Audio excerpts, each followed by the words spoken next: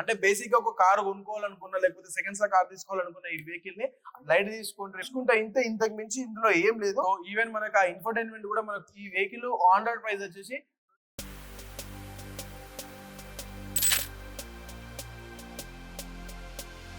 నమస్తే, ఎట్లున్నారు? నేనైతే మస్తు ఉన్నా. సో ఇవాళ మీకోసం అయితే నేను ఒక మంచి వెహికల్ రివ్యూకి అయితే తీసుకొని వచ్చిన. MG hectare plus 2024 top end model, ఇది పెట్రోల్ వేరియంట్. సో ఈ వెహికల్ గురించి మనం బేసిక్గా మాట్లాడుకోవాలంటే 2019లో అయితే హెక్టార్ని లాంచ్ చేసారు. దీని తర్వాత 2023 ఎండింగ్లో అయితే దీన్ని ఫేస్ లిఫ్ట్ అయితే తీసుకొచ్చారు. ఫేస్ లిఫ్ట్లో బాగా చేంజెస్ ఏం రాలే కానీ కొంచెం ఫ్రంట్ చేంజెస్, లోపల సెంట్రల్ కన్సోల్ చేంజెస్ అయితే జరిగినాయి. సో మనతో ఇవాళ ఉన్న వెహికల్ అయితే MG Savvy Pro vehicle, petrol variant, CVT automatic transmission. So నేను ఇవాళ ఈ వెహికల్ గురించి చెప్పే ముందు ఫస్ట్ ఈ ఎంజీ హెక్టార్లో మనకి ఎన్ని వేరియంట్స్ ఉన్నో దాని గురించి చెప్తా. ఇలానైతే మనకు 6 వేరియంట్స్ ఉన్నాయి. Style, shine, smart pro, sharp pro, ఇంకా సావి ప్రో. సో మనతో ఇయ్యాలున్నది అయితే Savvy Pro petrol variant, CVT automatic transmission.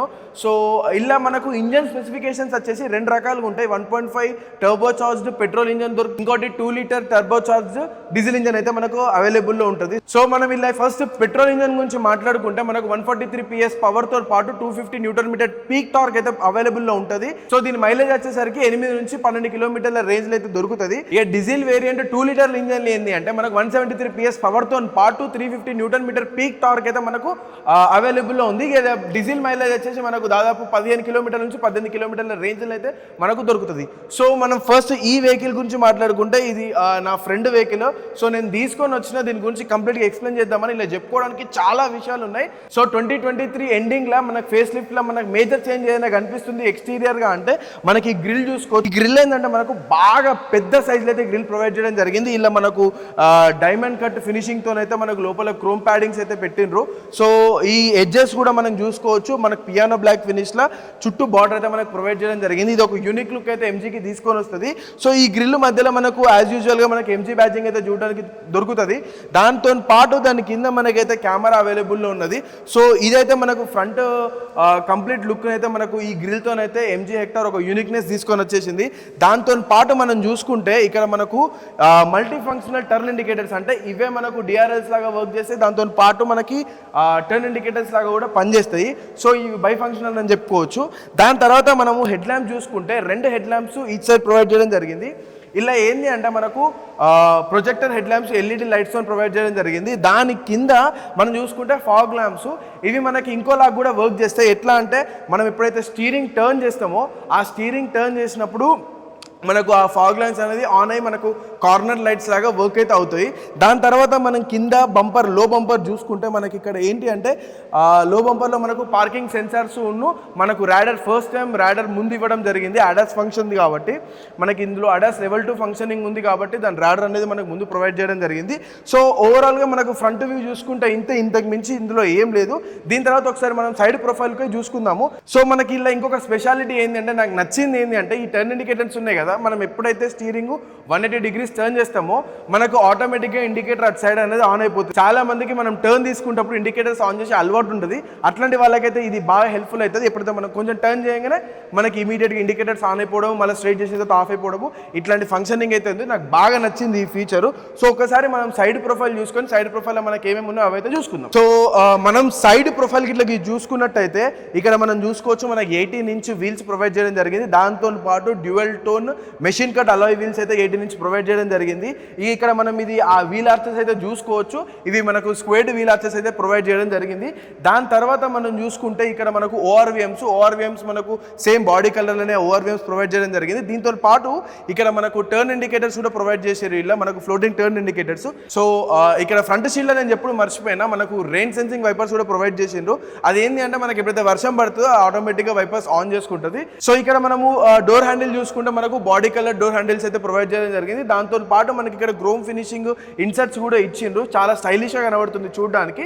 దాంతో పాటు మనకు ప్యాసివ్ ఎంట్రీ కోసం మనం ఇక్కడ బటన్ ప్రెస్ తో అయితే లోపలికి వెళ్ళిపోవచ్చు. ఇక దాని తర్వాత మనం సైడ్ ప్రొఫైల్లో చూసుకుంటే మనం టాప్ లో చూసుకోవచ్చు రూఫ్ రైల్స్ అనేది మనకు బ్రష్డ్ అల్యూమినియం ఫినిష్ లో అయితే ప్రొవైడ్ చేయడం జరిగింది.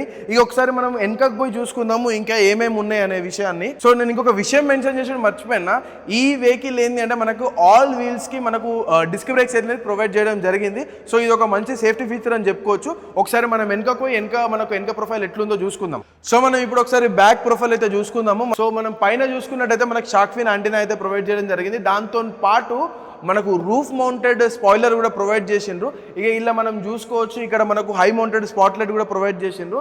దాని తర్వాత మనము రియర్ విండ్ షీల్డ్ పైన చూసుకుంటే మనకు డిఫాగర్స్, రియర్ వైపర్స్ మనకు వాషర్ కూడా ప్రొవైడ్ చేయడం జరిగింది. సో మనం ఇంకొంచెం కిందికి వచ్చి చూసుకుంటే 2023 ఎండింగ్లో చేసిన ఫేస్ లిఫ్ట్లో మనం ఈ బ్లేడ్ కనెక్టెడ్ టైల్ ల్యాంప్స్ కూడా ఒక మేజర్ చేంజ్ అని చెప్పుకోవచ్చు.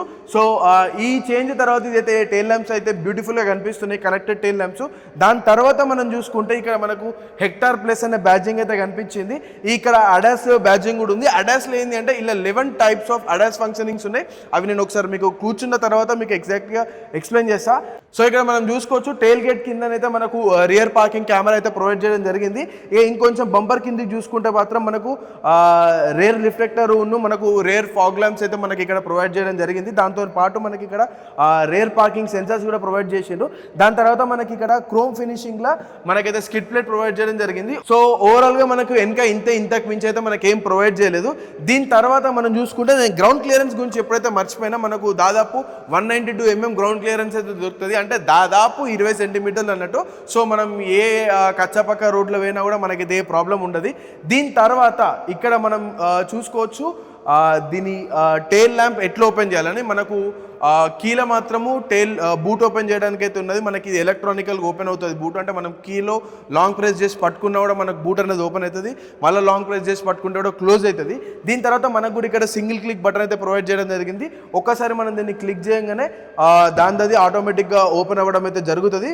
మళ్ళీ సేమ్ మనకి ఇక్కడ ఒక బటన్ ప్రొవైడ్ చేస్తారు. ఈ బటన్తో మనకు బూట్ అనేది క్లోజ్ అయిపోతుంది. సో మనం 3 rows ఓపెన్ చేసినప్పుడు మనకు బూట్ స్పేస్ వచ్చేసి దాదాపు 158 లీటర్స్ బూట్ స్పేస్ అయితే దొరుకుతుంది. అంటే చాలా మినిమల్ బూట్ స్పేస్. మనకి ఎప్పుడైతే బూట్ స్పేస్ ఎక్కువ కావాలనుకుంటామో మనం వీటిని ఇక్కడ ఇట్లా క్లోజ్ చేసుకున్నాం అనుకో మనకు దాదాపు 550 లీటర్స్ బూట్ స్పేస్ అయితే మనకు థర్డ్ రో క్లోజ్ చేసిన తర్వాత అవైలబుల్ ఉంటుంది. సో మస్తు బూట్ స్పేస్, దీనిలో టెన్షన్ లేదు. ఇది యాక్చువల్గా ఏంటి అంటే ఇది క్యాప్టెన్ సీట్స్తో వచ్చిన వెహికల్ కాబట్టి 6 సీటర్ వెహికల్ ఇది. మనం లాస్ట్ 2 సీట్స్ క్లోజ్ చేసే మాత్రం మనకు బందోబస్తు బూట్ స్పేస్ అయితే దొరుకుతుంది. సో ఓవరాల్గా ఇది సింగిల్ క్లిక్లో ఇదైతే క్లోజ్ అయిపోతుంది. సో నేను థర్డ్ రో అని చెప్పినా కదా, దానిలో ఒక్కసారి కూర్చొని మనకు అక్కడ ఏరియా ఎట్లుందో ఒకసారి అయితే మనం చూద్దాం, కంఫర్ట్ పరంగా అన్నిటి పరంగా. సో రండి వెళ్ళి చూద్దాం మనం. సో ఫస్ట్ మనము ఇంటీరియర్ ఈ పంచాయతీ అంతా మాట్లాడుకునే ముందు ఒక్కసారి మనం వెనక సీట్లోకి పోయి వెనక సీట్ల కథ ఎట్లుందో చూద్దాము. అంటే నా అంటున్నాడు కూర్చోవచ్చా, కూర్చోరాదా, ఇట్లాంటి ముచ్చట్లయితే మనం మాట్లాడుకుందాము. సో ఫైనల్గా అయితే మనం థర్డ్ రోకి వచ్చేసినాము. నాకైతే అస్సలే కంఫర్టబుల్ లేదు థర్డ్ రో. చిన్న పిల్లలు అయితే కూర్చోవచ్చు. మనకు ఇక్కడ పెద్ద ఎక్స్పెక్టేషన్ కూడా ఏం లేదు. ఇక్కడ మనకి బెనిఫిట్ ఏంటి అంటే అడ్జస్టబుల్ హెడ్ రెస్ట్ అయితే మనకు ప్రొవైడ్ చేయడం జరిగింది.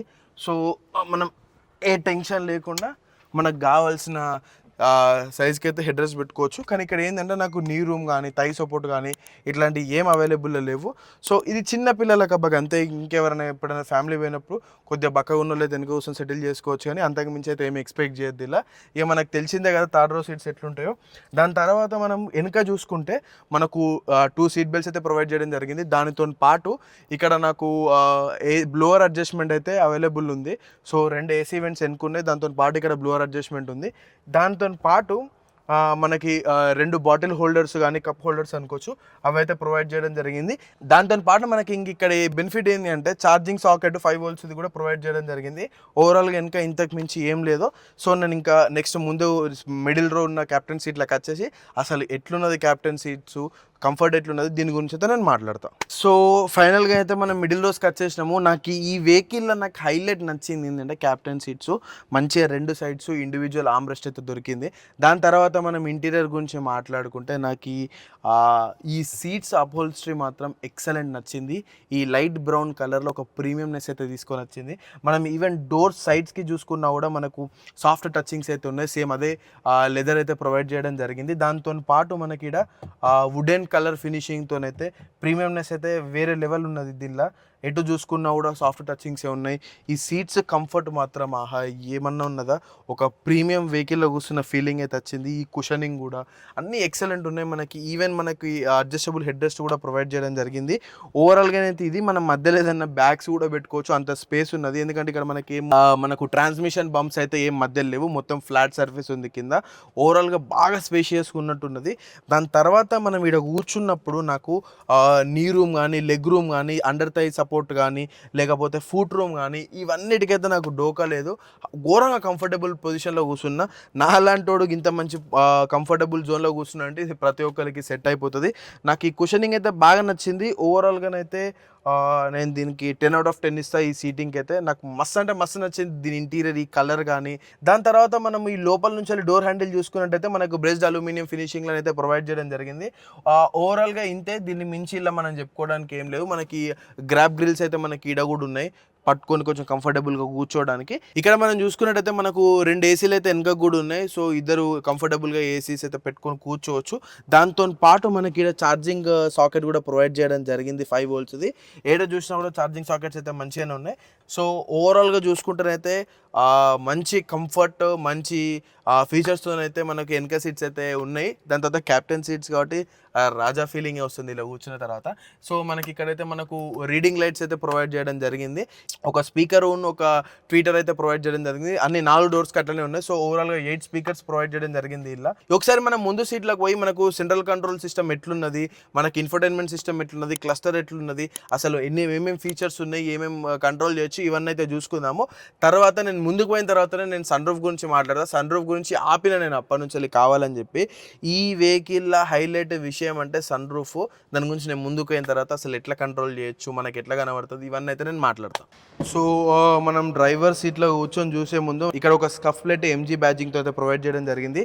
దాని తర్వాత ఇది టాప్ మోడల్ కాబట్టి మనకు 6-way అడ్జస్టబుల్ అయితే మనకు సీట్ దొరికింది, డ్రైవర్ సీటు. సో ఒక్కసారి కూర్చొని చూసుకుందాము.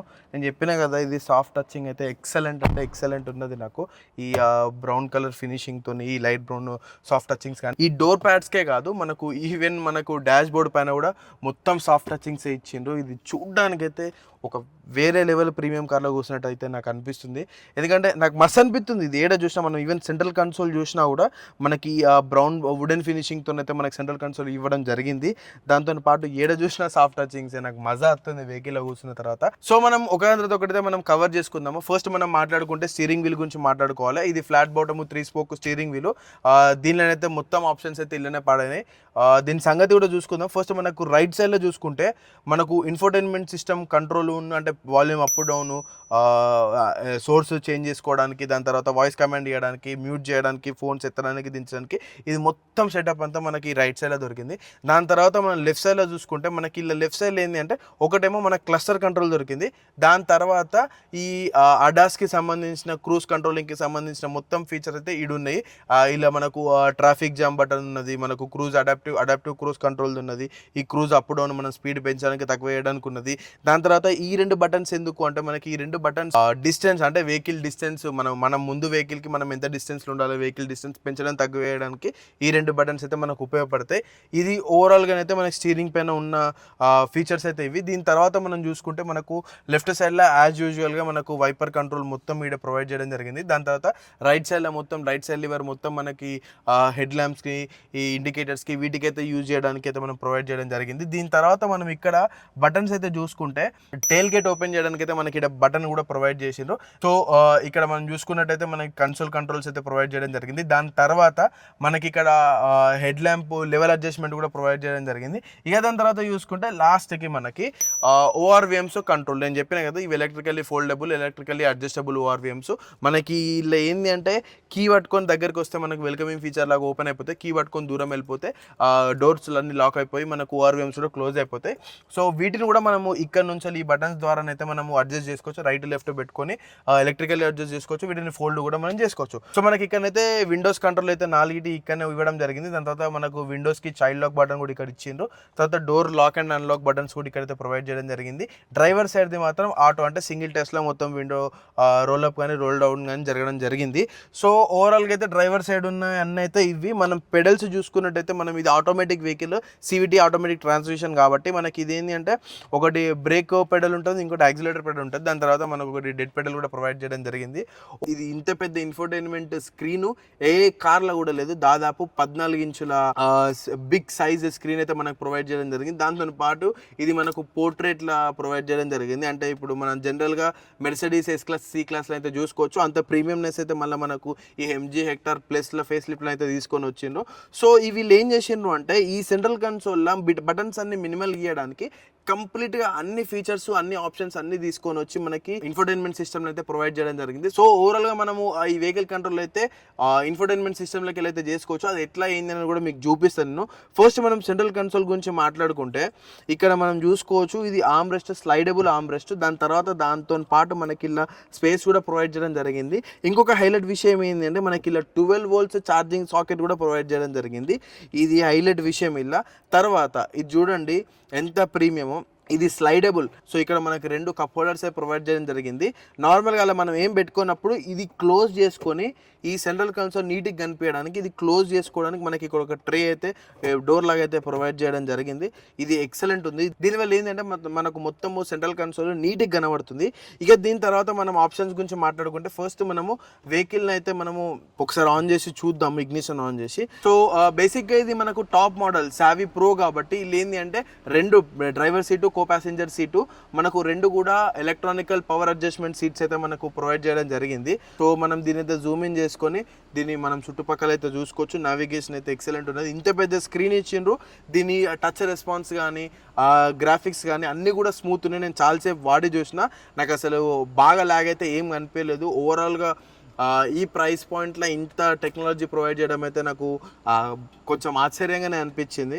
సో ఓవరాల్గా ఇది. దీని తర్వాత నేను ఒకసారి కన్సోల్లో ఉన్న బటన్స్ గురించి మాట్లాడే ముందు నేనైతే ఇవి కూడా ఫినిష్ చేసేస్తా. సో ఇవి సన్ వైజర్స్లో 2 సైడ్స్లో ఏంది అంటే మనకు లైట్ ఉన్న అద్దం అయితే ప్రొవైడ్ చేయడం జరిగింది. ఇవి డ్రైవర్ సైడ్లో కూడా ప్రొవైడ్ చేసిండ్రు. సో వీళ్ళు ఎక్కడ కూడా కాంప్రమైజ్ కాలేదు. ఇక్కడ కూడా మనకు వ్యానిటీ మిర్రర్ ఉన్న లైట్ అయితే ప్రొవైడ్ చేయడం జరిగింది. దాంతో పాటు మనకు సన్ గ్లాస్ హోల్డర్ కూడా ప్రొవైడ్ చేసిండ్రు. సో దాంతో పాటు మనకు డే అండ్ నైట్ IRVM కూడా ప్రొవైడ్ చేయడం జరిగింది. సో ఆటో డిమ్మింగ్ IRVM అని కూడా అంటారు దీన్ని. ఓవరాల్గా మనకి ఇక్కడైతే ఇవి చూసుకోవడానికి కనిపిస్తాయి. దాని తర్వాత మనకి ఇక్కడ మనకు సన్ రూఫ్ అడ్జస్ట్మెంట్ అయితే మనకు ప్రొవైడ్ చేయడం జరిగింది. సో సింగిల్ క్లిక్లా సన్ రూఫ్ కంప్లీట్గా ఓపెన్ అవ్వడం అయితే జరుగుతుంది. ఇది మ్యాసివ్ పానరామిక్ సన్ రూఫ్ అని అయితే చెప్పుకోవచ్చు. ఎక్సలెంట్, నార్మల్గా కాదు, బీభత్సంగా ఉన్నది. ఎప్పుడైతే మనం ఓవరాల్ సన్ రూఫ్ మొత్తం ఓపెన్ చేస్తామో బాగా లైటింగ్ అయితే లోపలికి వచ్చి ఇంటీరియర్ అయితే ఇంకా స్పేషియస్గా కనబడడం జరుగుతుంది. సన్ రూఫ్ గురించి నేను తర్వాత మాట్లాడతాను. ఎందుకన్నా అంటే నాకు XUV 700 ఉన్న సన్ రూఫ్ కంటే నాకు ఈ సన్ రూఫే నచ్చింది.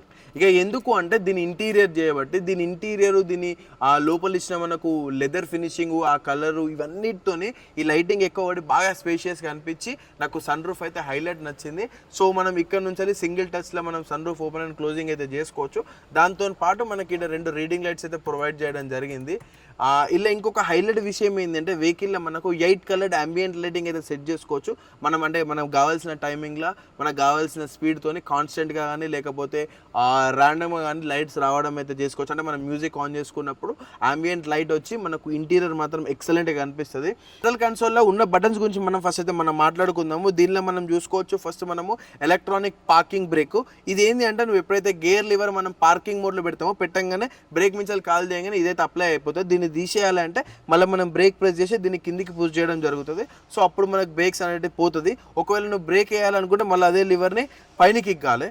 సో నెక్స్ట్ మనం మాట్లాడుకోవాల్సింది ఇక్కడ ఆటో బ్రేక్. దాని గురించి ఆటో బ్రేక్ చాలా మందికి వాడడం తెలియదు. ఇది చాలా బెనిఫిషియల్ ఉంటుంది ఆటోమేటిక్ వెహికల్స్ అల్లనే ఉంటుంది. ఇది ఎట్లా అంటే నువ్వు ఇది ఆన్ చేసుకొని నువ్వు వెహికల్ పోతున్నావు, సమ్ అమౌంట్ నువ్వు ట్రాఫిక్లో ఆగిపోయినప్పుడు నువ్వు బ్రేక్ మీద కాలేయాల్సిన అవసరం లేదు. వెహికల్ ఎప్పుడైతే స్టేబుల్కి వస్తుందో నువ్వు మళ్ళీ యాక్సిలరేటర్ ప్రెస్ చేసే వరకు అది ఆటో హోల్డ్, వెహికల్ అటు ఇటు జరగకుండా అక్కడనే వస్తుంది. దీనివల్ల ఏంటి అంటే నువ్వు రిలాక్స్ పొజిషన్లో కూర్చొని ఎంజాయ్ చేయొచ్చు. మళ్ళీ నువ్వు ఎప్పుడైతే యాక్సిలరేటర్ ప్రెస్ చేస్తావో అప్పుడు ఇది రిలీజ్ అయిపోయి మళ్ళీ వెహికల్ అనేది ముందుకు పోవడం జరుగుతుంది. దాని తర్వాత మనం ఇక్కడ పార్కింగ్ అలర్ట్ బటన్, అంటే నువ్వు ఇది క్లిక్ చేసినప్పుడు ఏంటి అంటే డ్రైవ్ చేసేటప్పుడు మూమెంట్లు ఉన్నప్పుడు నీకు అన్ని 360 డిగ్రీ కెమెరాస్ నీకు ఓపెన్ అయ్యి నీకు వెనక ముందట ఎంత డిస్టెన్స్లో ఉన్నాయి అనేది కనిపిస్తుంది. సో దాని తర్వాత మనకి ఇక్కడ ఉన్న బటన్ ఏంటంటే రియర్ ఏసీది. ఇక్కడ నుంచి మనం వెనక ఏసీ రావదా అనేది అయితే కంట్రోల్ చేసుకోవచ్చు.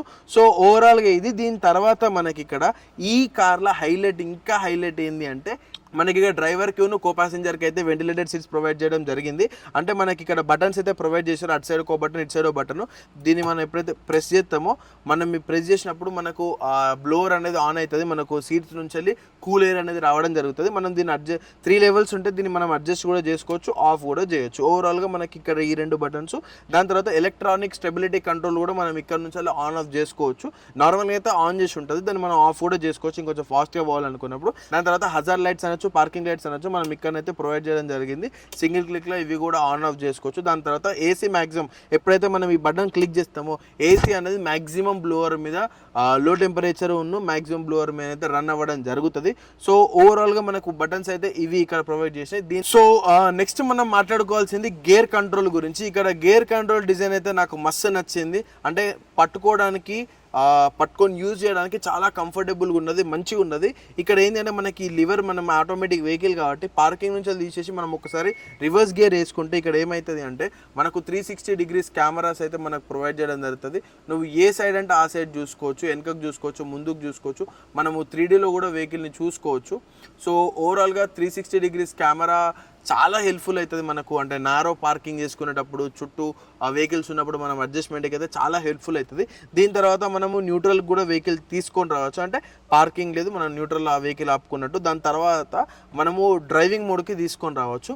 ఇలా ఆటోమేటిక్ వెహికల్స్లా మనకు ఏంటంటే నార్మల్ ఇప్పుడు నేను పెట్టింది డ్రైవింగ్ మోడ్ పెట్టింది ఏంటంటే డైరెక్ట్ ఇప్పుడు నేను బ్రేక్ వదిలేస్తే వెహికల్ వెళ్ళిపోతుంది. సో దీన్ని మనము ఆటోమేటిక్గా గేర్స్ అయితే షిఫ్ట్ అవుతుంది. దీన్ని మనం మాన్యువల్గా గేర్ షిఫ్ట్ చేసుకోవాలంటే సేమ్ ఈ లివర్ని ఇట్లా ప్రెస్ చేసి దీన్ని ఇటు తిప్పినాం అనుకో మనం మాన్యువల్ మోడ్కి చేంజ్ అవుతుంది. అంటే గేర్స్ అనేది మనం షిఫ్ట్ చేసుకోవాలి. నాకు అదురపోయి నేను ఆటోమేటిక్గా పెట్టుకుంటే మళ్ళీ ప్రెస్ చేసి అది జరుపుకుంటే సరిపోతుంది. దీని తర్వాత దీనిలో కూడా ఒక స్పోర్ట్స్ మోడ్ ఉన్నది. నువ్వు ఎప్పుడైతే గేర్ లివర్ని లాస్ట్కి తీసుకొని వస్తావో మనకు స్పోర్ట్స్ మోడ్ అనేది యాక్టివేట్ అవుతుంది. అంటే ఏంటంటే ఫుల్ పవర్ వెహికల్కి డ్రైవర్ నడిపేయడానికి బాగా మజా అయితే వస్తుంది. సో ఓవరాల్గా బాగా పవర్ అయితే ప్రొవైడ్ చేసుకోవడానికి మనం స్పోర్ట్స్ మోడ్ పెట్టుకోవచ్చు. దీని తర్వాత డ్రైవ్ మోడ్లోనే అయితే మనకు నార్మల్గా ఆటోమేటిక్ అయితే గేర్ చేంజ్ అయితే. సో మనం దీని అయితే పార్కింగ్ మోడ్లో పెట్టేసి మనం ఇన్ఫోటైన్మెంట్ గురించి అయితే చూసుకుందాం. సో మనం ఇక్కడ ఇన్ఫోటైన్మెంట్ చూసుకుంటే ఇక్కడ మనకు ఉన్న ఆప్షన్ చూసుకుంటే ఇలా ఇన్బిల్ట్ అప్లికేషన్స్ అయితే మస్తు ప్రొవైడ్ చేసింది. ఇక్కడ మనకు పార్క్ ప్లేస్ యాప్ కూడా ప్రొవైడ్ చేయడం జరిగింది, ఎంజీపే ప్రొవైడ్ చేయడం జరిగింది. మనం ఈ పార్క్ ప్లేస్ యాప్లోకి వెళ్ళి ఏంటి అంటే మనము ఫాస్టాగ్ని అయితే మనము ఈజీగా రీఛార్జ్ అయితే చేసుకోవచ్చు. నేను ఇంకొక విషయం మర్చిపోయాను, ఇక్కడ ఒకటి ఎకో మోడ్ బటన్ ఉన్నది మనకి గేర్ కన్సోల్ పక్కకి. ఇది ఏంటి అంటే ఇది ప్రెస్ చేసినప్పుడు మనకు ఫ్యూయల్ ఎఫిషియన్సీ అనేది పెరుగుతుంది. అంటే కొంచెము వెహికల్ సిటీ డ్రైవ్ చేసినప్పుడు మనకు కొంచెం పవర్ తక్కువ రిలీజ్ చేసి మనకు ఎకో మోడ్లోకి అయితే తీసుకుపోయి ఫ్యూయల్ సేవింగ్ అయితే చేయడం జరుగుతుంది. దీని తర్వాత మనము ఇందులో చూసుకుంటే మనకు ఇలా ఇన్బిల్ట్ ఇది మనకు తెలుసు ఎంజీ వచ్చిన ఇంటర్నెట్ ఇన్సైడ్తోని దీనిలో అయితే మనకు 4G సిమ్ అయితే ప్రొవైడ్ చేయడం జరుగుతుంది. మనం మ్యూజిక్ కావాలన్నా ఇంటర్నెట్ కావాలన్నా ప్రతి ఒక్కటి మనకి ఇడికెళ్ళి యాక్సెస్ ఉంటుంది. సో మనం ఇందులో మనం ఎప్పుడైతే ఏసీ పైన క్లిక్ చేస్తామో మనకు కంప్లీట్గా ఏసీ అనేది మనకు విజువల్గా కనిపిస్తుంది. ఎక్కడెక్కడ నుంచి ఏసీ బ్లో అవుతుంది మనం మొత్తం ఏసీ కంట్రోల్ ఈ ఇన్ఫోటైన్మెంట్ సిస్టమ్ నుంచి అయితే మనం చేసుకోవచ్చు. దీని తర్వాత ఇలా హైలైట్ విషయం ఏంటి అంటే మనం ఇక్కడ వెహికల్ బటన్ ఉంటుంది, దానిపైన క్లిక్ చేసినాం అనుకో మనం కంప్లీట్ బటన్స్తో నేను ఏదైతే చెప్పినో ఆ కంప్లీట్ ఫీచర్స్ అన్నీ మనం ఈ ఇన్ఫోటైన్మెంట్లో అయితే మనము చేసుకోవచ్చు.